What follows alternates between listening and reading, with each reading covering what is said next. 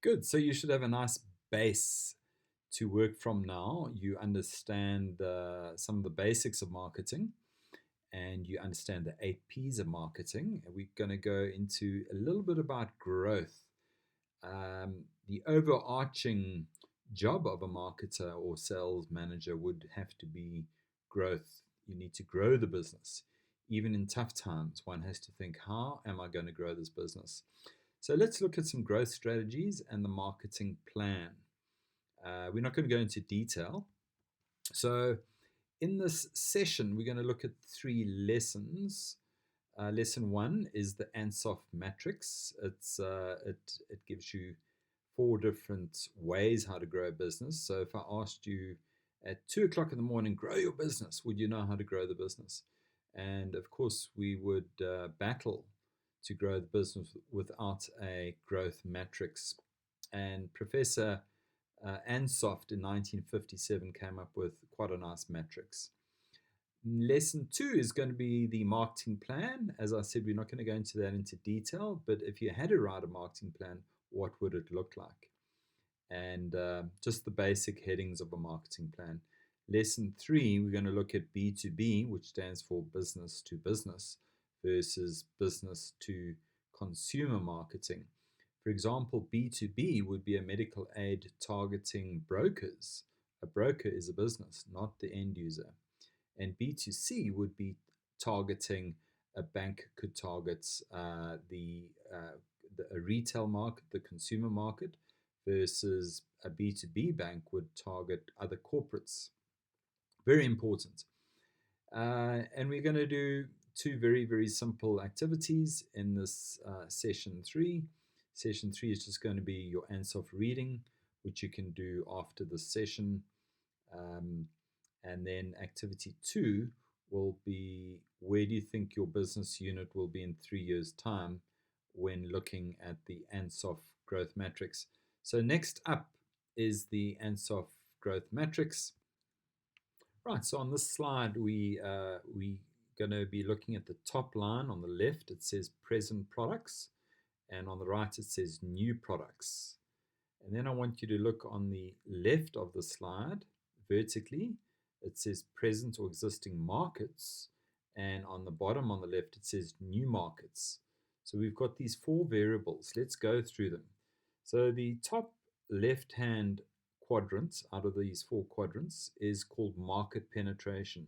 And that's the first way and the most obvious way to grow a business is you have your present product and you want to sell more of them to your existing market. Okay, so for example, a present medical aid product and you want to sell to more members in the family, for example, or a present product, but you want them to take out a bigger policy. Then let's move on to the second quadrant, top right hand corner, is new products.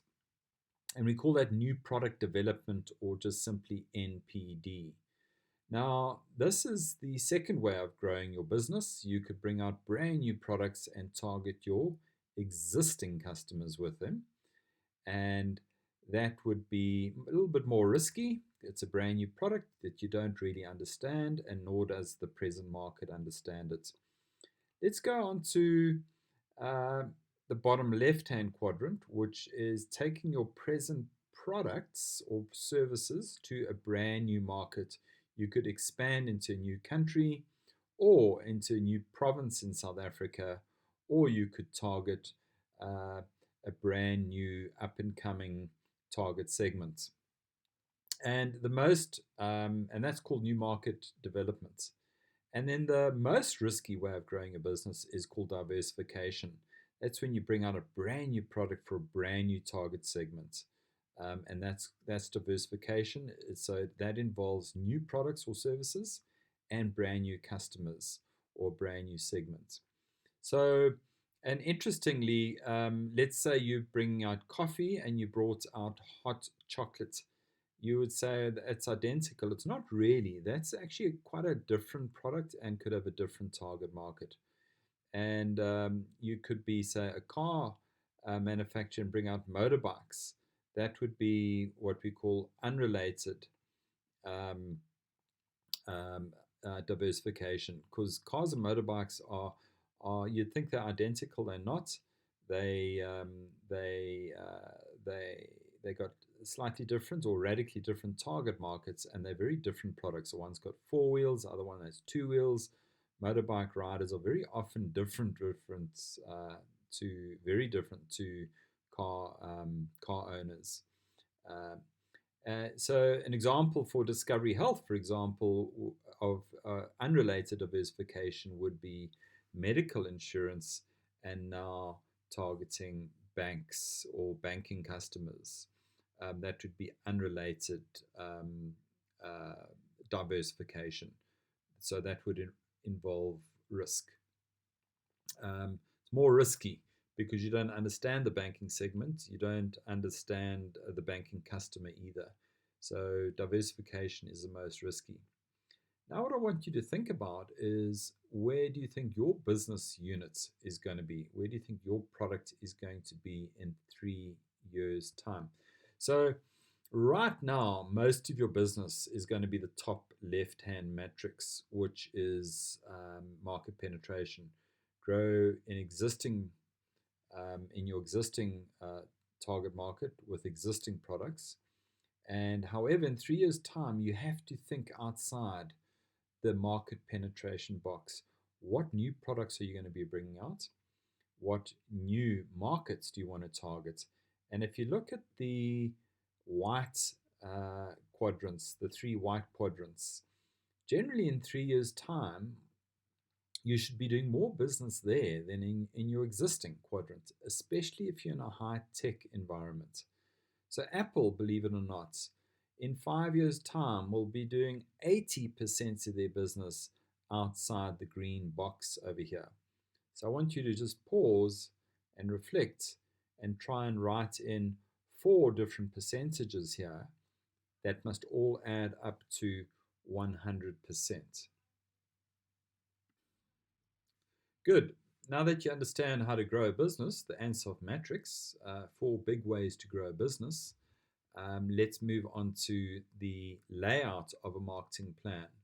So now the marketing plan should start with an executive summary, typically a one-page Word document, and it's obviously the most read part of a marketing plan. Let's say your marketing plan is 20 pages long. The executive summary is a summary of the entire marketing plan, which is the most read part of a plan. Now, the first part of your marketing plan should be about your company. It should be your company objectives. You remember what strategy is? Objectives. So it should start with objectives, and typically a SWOT analysis and a PESTGEL analysis of the organization. So the PESTGEL analysis is the macroeconomic environment in which this marketing plan is immersed into. The SWOT, strengths, weaknesses, opportunities, and threats of your organization. And that should give you a little bit of competitor information. And so it's a micro and a macro environmental analysis is what we call the SWOT and the PESTGEL analysis. We'll go into SWOT and PESTGEL in detail in another session. The next C in your marketing plan is channel analysis. Who sells and distributes? And here we typically, if your company's been around for years, we look at your sales history, and then we look at who sells and who distributes, and the details of the channel to market, i.e. your brokers, for example, your sales team. Number 4, we would look at a market analysis, which is another big C. Look at the C's here. Customer. So the market analysis is, who is our customer? What is the market and the sales potential of our business units?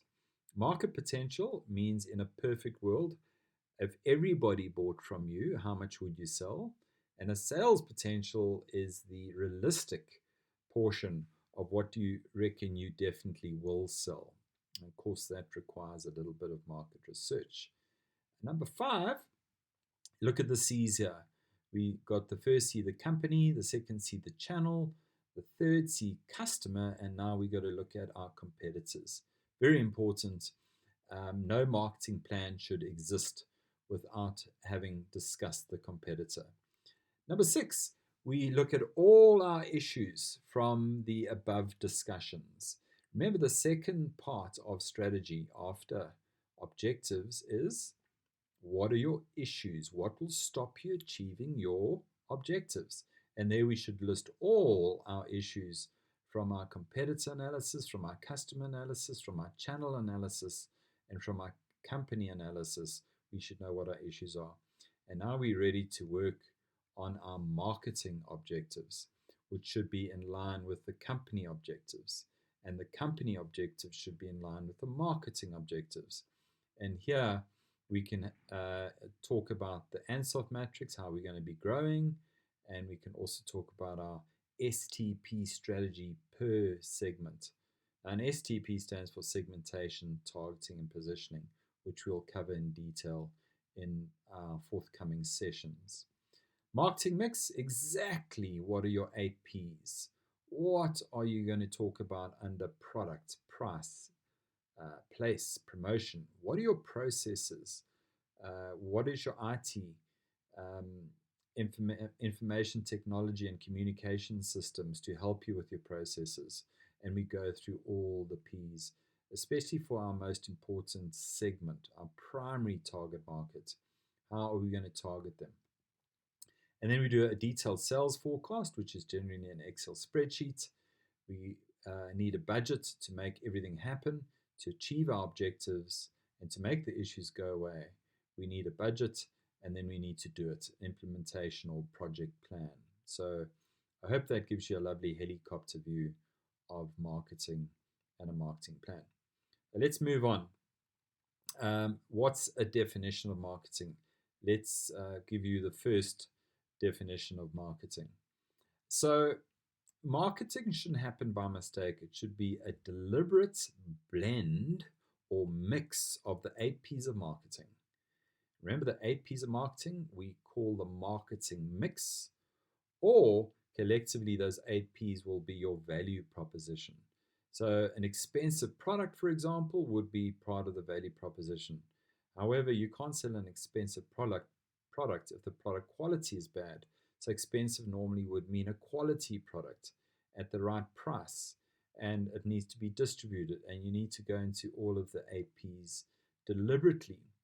Why? So a firm can reach carefully selected segments of customers. We do not spray and pray all people in the world. We carefully select which people we want to target. Their age, their sex, their lifestyle, their demographics, what is their income, etc., etc. And we do this so that a fair exchange of value can take place. Without a fair exchange of value, i.e., we take your money, however, we give you a valuable product, you will not be able to survive. So there's many definitions of marketing. That's my personal definition, and it's my best definition of marketing. So it's important to realize that we have B2B customers and we also have B2C customers. So I've put on the left of the brain, which is marginally more functional than the right of our brain. Right brain, we've often talked about left brain and right brain people. It's a little bit of a myth because we use both sides of our brain to do everything. However, it's just a lovely way to describe and to explain to you that if you're targeting a business, you've got to be really functional and logical and talk about numbers and be very sequential. So if I'm trying to bring out a medical aid product for Standard Bank, that would be on the left. You've got to be extremely logical and sequential and talk about profits and money and numbers. However, if I bring out a medical aid for a consumer, the advertising and the pitch of the entire presentation can be much more colorful and emotional, and you can throw in music and pretty people. And I've put in Superman there because Superman is a typical consumer movie. um, and it's a fantasy movie.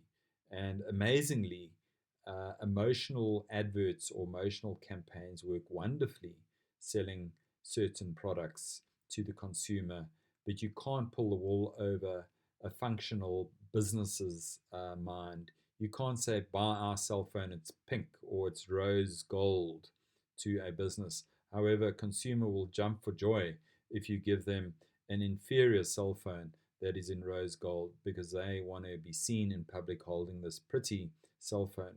Whereas a business lady will say, I don't care a damn about the color of the cell phone, I want long battery life. So, very, very different type of marketing, and you need to know the difference. Well done. We at the end of session 3 of 7. That was a much shorter session. We're going to be moving into our next session, 4 of 7, which is positioning. Now, why is positioning not one of the 8 P's of marketing? I want you to think about that.